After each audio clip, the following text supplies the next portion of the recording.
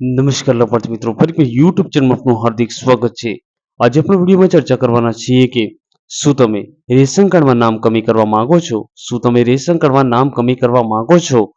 તો તમારે રેશન કાર્ડમાં નામ કમી કરવા માટે તમારે કયા કયા ડોક્યુમેન્ટની જરૂર પડશે અને તમારે કયું ફોર્મ ભરવાનું રહેશે તેની સંપૂર્ણ માહિતી વિશે આપણે આજે આ વિડીયોમાં ચર્ચા કરીશું।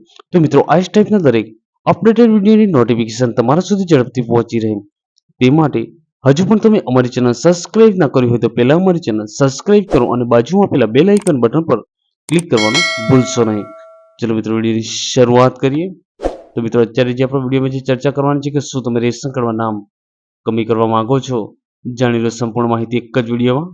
તો ચલો મિત્રો, વિડીયોની શરૂઆત કરીએ। નેક્સ્ટ આપણે જે વિડીયોમાં ચર્ચા કરવાની છે કે રેશન કાર્ડમાં નામ કમી કરવા માટે જરૂરી પુરાવા એટલે કે તમારે કયા કયા ડોક્યુમેન્ટની જરૂર પડશે। જો તમારે જે રેશન કાર્ડમાં તમારે નામ કમી કરવા માટે જરૂરી પુરાવા તો તમારે રહેઠાણના પુરાવામાં તમારે મૂકવા રહેશે લાઇટ બિલ, તમે લાઇટ બિલ પણ મૂકી શકો છો અને વેરા બિલ પણ તમે મૂકી શકો છો। બીજા નંબરમાં જે આપવામાં આવ્યું છે કે ઓળખનો પુરાવો, તમારો ઓળખાણનો પુરાવો મૂકવાનો રહેશે। બીજા નંબર જે આપવામાં આવ્યું છે કે તમારો ઓળખાણનો પુરાવો, તેમાં તમે ડ્રાઇવિંગ લાયસન્સ પણ તમે મૂકી શકો છો અને જો ડ્રાઇવિંગ લાયસન્સ તમારી જોડે ના હોય તો તમે આધાર કાર્ડ પણ તમે મૂકી શકો છો ઓળખના પુરાવા માટે। જેમનું પણ જે નામ કમી કરવાનું છે તેમનો ઓળખનો પુરાવો તો ડ્રાઇવિંગ લાયસન્સ પણ મૂકી શકો છો, ડ્રાઇવિંગ લાયસન્સ ના હોય તો તમે આધાર કાર્ડ પણ તમે મૂકી શકો છો। ત્રીજા નંબર જે આપવામાં છે અન્ય પુરાવા, તો અન્ય પુરાવામાં તમે ઓરિજિનલ તમારું જે રેશન કાર્ડ છે તે રેશન કાર્ડની તમારી કોપી મૂકવાની રહેશે।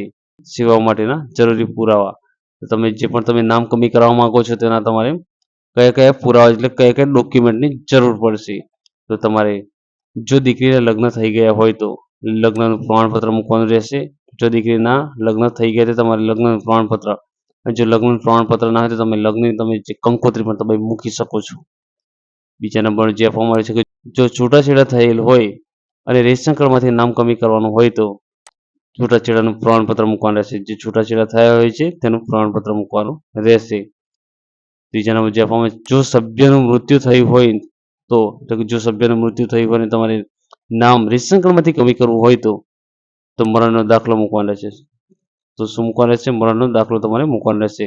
નીચે જે બતાવે છે ફોર્મ ક્યાં મળશે, અરજી તમારે ક્યાં કરવાની રહેશે, તો નીચે જે આપવામાં આવે છે કે જે તે પુરવઠા વિભાગની ઝોન કચેરી અથવા મામલતદારશ્રીની કચેરી, તાલુકા વિકાસ અધિકારીની કચેરી, એટલે કે તમારે આ જગ્યા પર તમારી જે પણ તમારી જે ઝોનમાં તમારી જે તે તમારી મામલતદાર ઓફિસ લાગતી હોય તે મામલતદારશ્રીની જે તમારી કચેરી લાગતી હોય તે મામલતદારશ્રીની કચેરીમાં પુરવઠા વિભાગની જે કચેરી આવેલી છે તે કચેરીમાં જઈને તમારે ફોર્મ ભરીને તમારે જમા કરવાનું રહેશે અથવા ડિજિટલ ગુજરાત વેબસાઇટ પરથી આવેદન કરી શકો છો।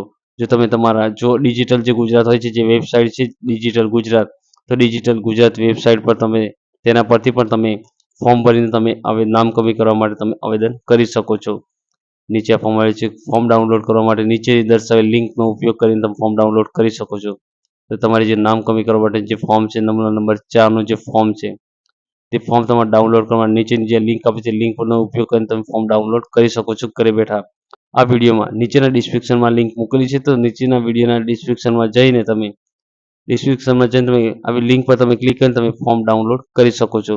જો તમે લિંક પર ક્લિક કરશો એટલે નંબર 4 નું ફોર્મ ખુલશે, તેમાં ચાલુ ઓટોમેટિક રેશન કાર્ડમાંથી નામ કમી કરવા માટેનું જે અરજી ફોર્મ છે વિનામૂલ્ય, તેમાં જે પ્રથમ જે મામલતદારશ્રી ઝોન અધિકારી છે આ જગ્યા પર તમારે જે તાલુકો લખવાનો છે, આ જગ્યા પર તમારે જિલ્લો લખવાનો છે, આ જગ્યા પર રેશન કાર્ડમાં જે આપવામાં આવેલું છે કે હું મારા ચાલુ રેશન કાર્ડમાંથી નીચેની વિગતે નામ કમી કરવા માટે આપને વિનંતી કરું છું, તેના નામે રેશન કાર્ડ તેમનું નામ લખવાનું છે, આ જે ગામ લખવાનું છે, જગ્યા પર તાલુકો, જગ્યા પર જિલ્લો, હાલમાં તમારે રેશન કાર્ડ નંબર લખવાનો છે, તમારો જે મોબાઈલ નંબર હોય તે મોબાઈલ નંબર લખવાનો છે, અસલ રેશન કાર્ડ સામેલ રાખવાનું છે, જે તમારું જે ઓરિજિનલ રેશન કાર્ડ છે રેશન કાર્ડ તમારે જોઈન્ટ રાખવાનું છે, કમી કરવાની નામની યાદી, જેટલા નામ કમી કરવાનું છે તે નામ તમારા જગ્યા પર લખી દેવાનું છે। કમી કરવાનું કારણ, જે તમારું કારણ તો લગ્ન થઈ ગયા તો લગ્ન થઈ ગયેલું છે એ રીતના જે તમારા કારણ દર્શાવવાના છે। આ જગ્યાએ નોંધ છે, નોંધ તમારે વાંચી લેવાની છે, નોંધ વાંચ્યા બાદ તમારે જે એકરારનામું જે વાંચી લેવાનું છે, વાંચ્યા બાદ તમારે જે અરજદારની સહી કરતા તો સહી અને અંગૂઠો કરતા અંગૂઠો અને અરજદારનું નામ લખવાનું છે। નામ લખ્યા બાદ બીજા 4 નંબર જે આપે છે અરજી ક્રમાંક આ રીતના જે ફોર્મ આવે છે તે ફોર્મ તમારે ભરવાનું રહેશે। અરજી અધિકારીશ્રીની સહી, મામલતદાર ઝોન અધિકારીની સહી કરવાની છે, આ જગ્યા પર તમારે જે સિક્કો મારવાનો રહેશે। સ્ટાફિંગ જે ફોર્મ જે આપવામાં આવ્યું છે તમારે ફોર્મ ભરવાનું છે, ફોર્મ ભર્યા બાદ તમારે જે મામલતદારશ્રીની જે કચેરી લાગતી હોય તમારી તે જગ્યા પર તમારે ફોર્મ જમા કરવાનું રહેશે। તો થેન્ક યુ મિત્રો, આભાર મિત્રો.